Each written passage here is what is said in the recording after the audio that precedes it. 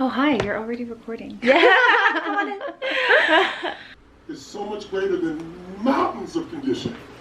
And an environment. Steph just whipped up some gourmet salad and avocado toast. To fuck with your patterns. That's why he's on a fucking boat right now and you're in a different place.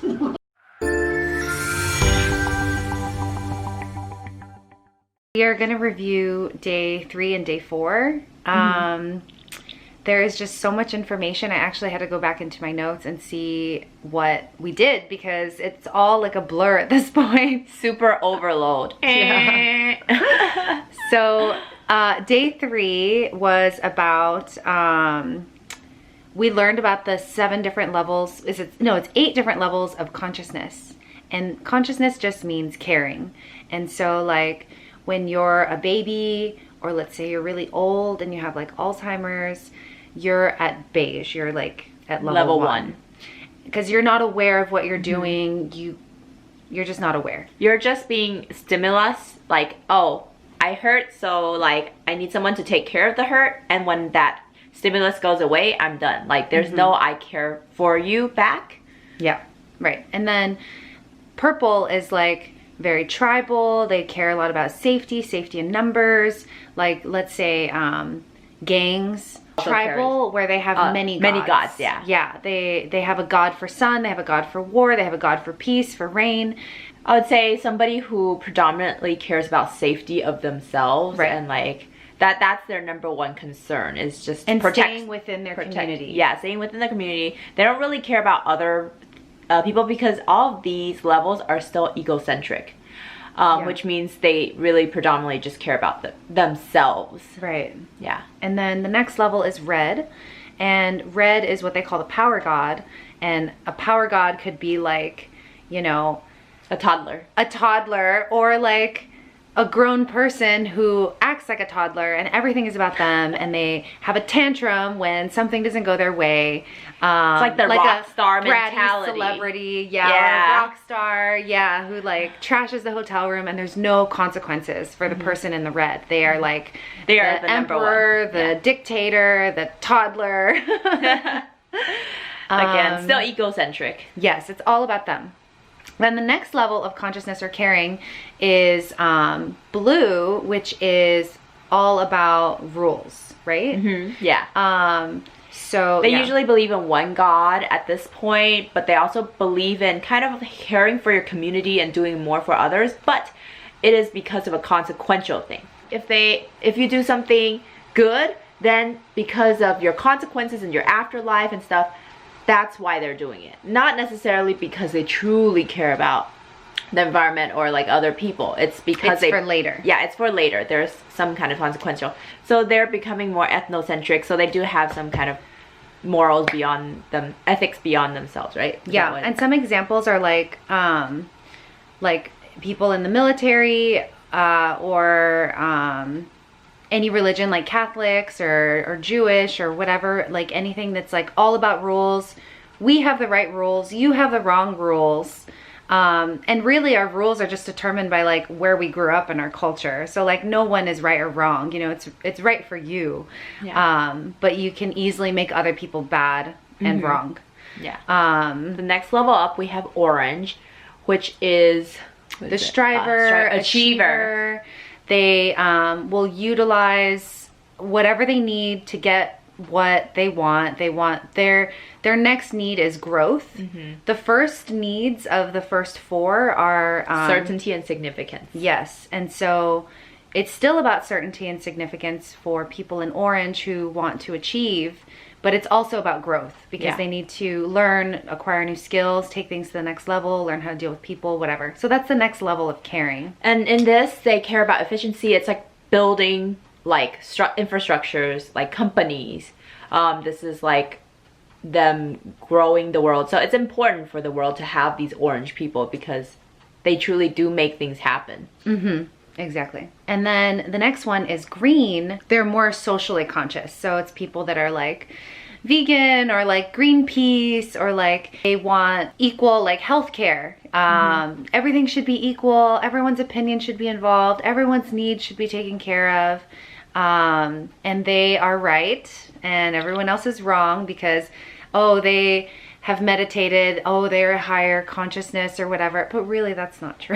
Yeah, it's really not. And each of these levels thinks that they're right. They think their God is the right God, or they think they're whatever. They're the God. Yeah, exactly. So green, just because it's a higher level than orange, and yes, they care about other people and the planet and the birds and the bees and whatever, and they're more world-centric, it doesn't mean that they're like the best. Yeah. And they tend to like point out like, oh, you need to meditate, you know? Yeah. So I've definitely been there. Yeah, for sure. Me too.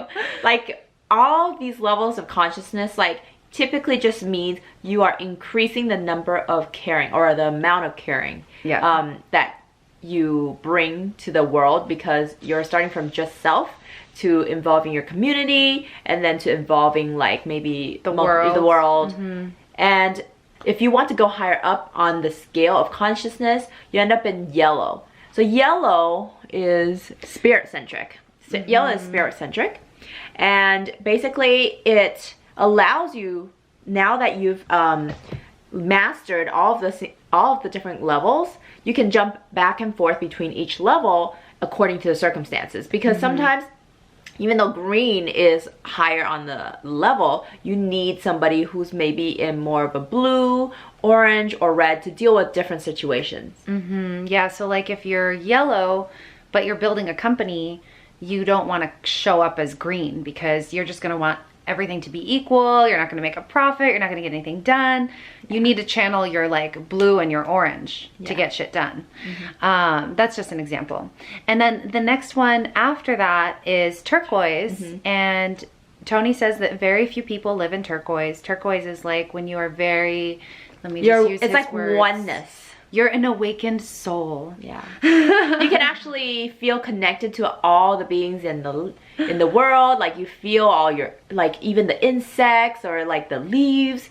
Like there's nothing that's wrong or right about everything. Even your problems are good. And it's about oneness, and everything is perfect. Yeah, even your problems, like you get value out of your problems. Like this person is here to teach me something, and like you are connected to everything. Like you are not just this person, you're connected to the plants and the trees and the animals, and like you would never hurt a thing. And yeah, I think that's it for that one. Yeah, that's a good recap. Yeah. They spent like a whole half day on that, and it's really cool because what you can do is see where you're at. You can see who you might have problems with personally or professionally, and kind of see where they're at, and you can like communicate, understand them, and have compassion for them. And you know, maybe they're on a different level of caring and you need to show up differently for them. Kind of you can recognize where you're typically living at and where you go to when you're stressed. And then when typically like we drop a few levels when we're stressed, and then we try to connect with other people who are stressed maybe in different levels. So it's a good way to kind of gauge the different types of reception towards like responses. So like, for example, last year when I did Date with Destiny, I was like a solid orange. Like I was all about like significance, certainty, and growth. And like, it was all about growing my career. What can I be so I can get more significance and more love and attention or whatever. And then during COVID and all my personal growth, and also just from Date with Destiny last year, I feel like I've become like a solid green, you know, like it's not about me. It's like, what can I become to help others? And I'm vegan and shit. So like, there's many reasons why I'm green. But when I get stressed, I drop down to blue, because when I get stressed, I feel like I need more control. I go back to like discipline. Okay, I need my sleep. Okay, I need to eat well. I start to apply rules, and I get a little bit more rigid, and I maybe judge myself, and it's like, oh, you're wrong for doing this, and you need to be right for doing that. So we all have our levels that we can like drop to. So it's cool to like recognize and get some insight. Yeah.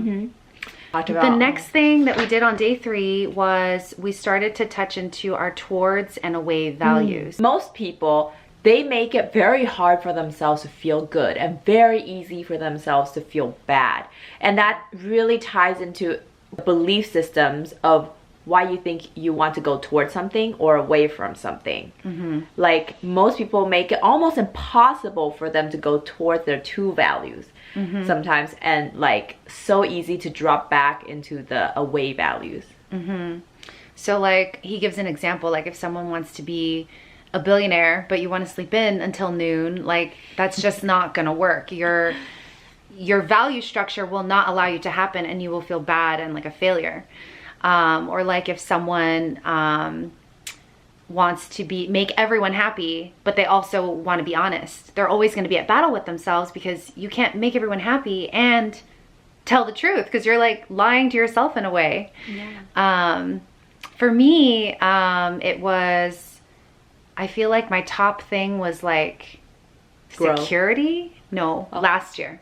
Last year. It was like security, like I needed to feel secure, like independent. I worked hard, I saved, like I want to feel like secure and safe. But then my next thing was love.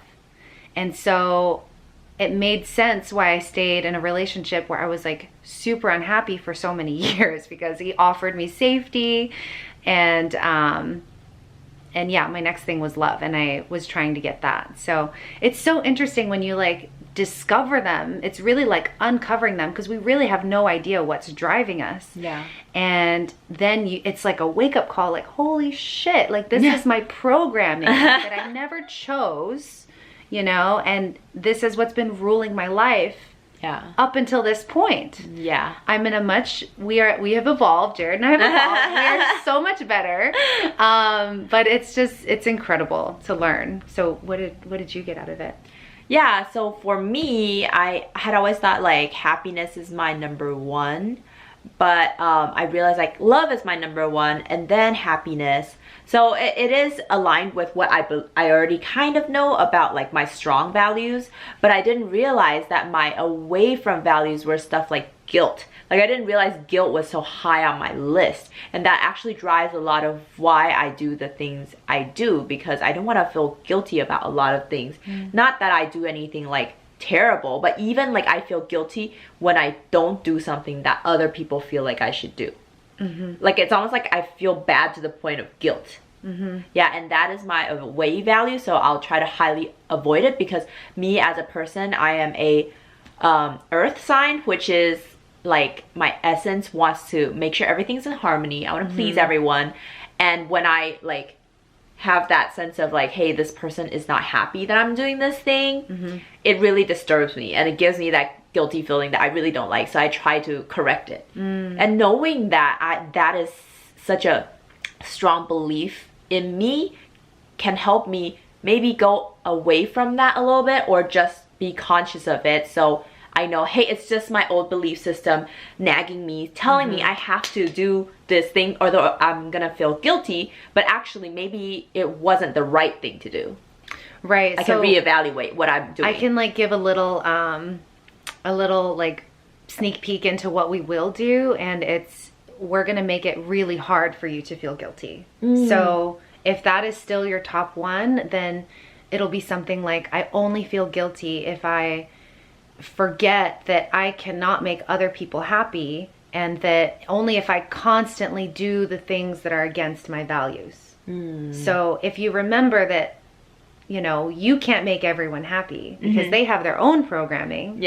And then if you only constantly like make people sad and hurt them, which you would never do, then it would almost be impossible to feel guilty with those rules. But right now with her rules, making everyone happy, it's not in her control. And what else? And yeah, so like you just can't make everyone happy, you know? So it's very easy to feel guilty. For me, my old one was judgment. And I constantly like was hard on myself, so I judge myself, and I would judge others just as harshly. And it was very easy for me to feel judgment. And so then I rewrote my rules, and it was like, only if I forget that everyone is learning at their own pace, and I'm evolving at my own pace, and it basically made it harder for me to feel judgment. That's a good thing, because I feel like any form of judgment hurts yourself or others. Like, totally. Yeah, it's just it does bring some sort of negative energy when it's like this constant background of judging. Yeah, because it comes from yourself. Like, you're so hard on yourself, and then that's the only reason why you're hard on other people. Yeah. You see something in yourself you don't like, and then you see it everywhere you go. So true. So should we move on to day Yeah. 4? Okay, so that was a little recap of day 3.